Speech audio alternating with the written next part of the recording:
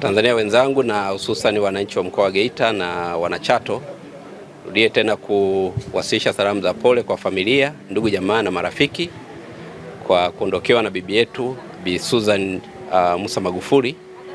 Na kama mnavyofahamu kwamba msiba huu ni msiba mkubwa kwetu wana Geita, lakini pia ni msiba mkubwa kwa taifa letu, ukizingatia kwamba bibi yetu au mama yetu huyu katika uzao wake aliweza kuzaa mtoto ambaye alikuja kuwa rais wa awamu ya 5 ya Jamhuri ya Muungano wa Tanzania, hayati Dr. John Pombe Joseph Magufuli. Kama tulivyowatangazia pale mwanzo, familia iliketi kwa kushirikiana na serikali na familia wakapendekeza kwamba shughuli zote za mazishi zifanyike kesho, ambayo ni siku ya Ijumaa tarehe 29 ya mwezi wa 5 mwaka 2026 katika eneo hili la familia ya hayati John Pombe Joseph Magufuli. Na hivyo maandalizi yote yamekwisha kukamilika.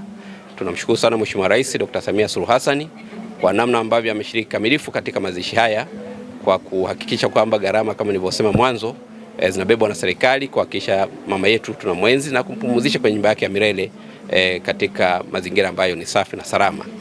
Na kwa kujali na kwa kuzingatia uzito wa familia hii na kwa kuzingatia kwamba huyu ni mama ambaye amezaa viongozi akiwemo kiongozi wetu mkuu Mheshimiwa Rais Dr. Samia Suluhu Hassan, atawakilishwa kesho na Mheshimiwa Dr.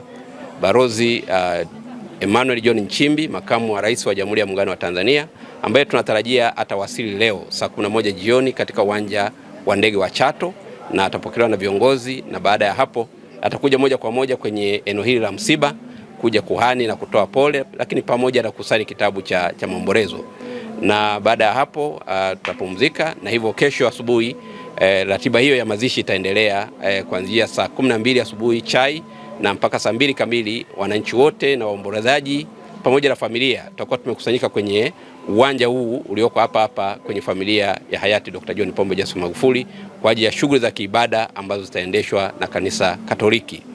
Aidha, katika mazishi haya tumepokea taarifa ya uwepo wa viongozi wetu wakuu wastaafu, Mheshimiwa Dr. Philip Isidori Mpango, makamu wa rais wa Jamhuri ya Muungano wa Tanzania mstaafu, Mheshimiwa Kassim Majaliwa, waziri mkuu mstaafu wa Jamhuri ya Muungano wa Tanzania, ambao tunatarajia na wenyewe watawasili leo.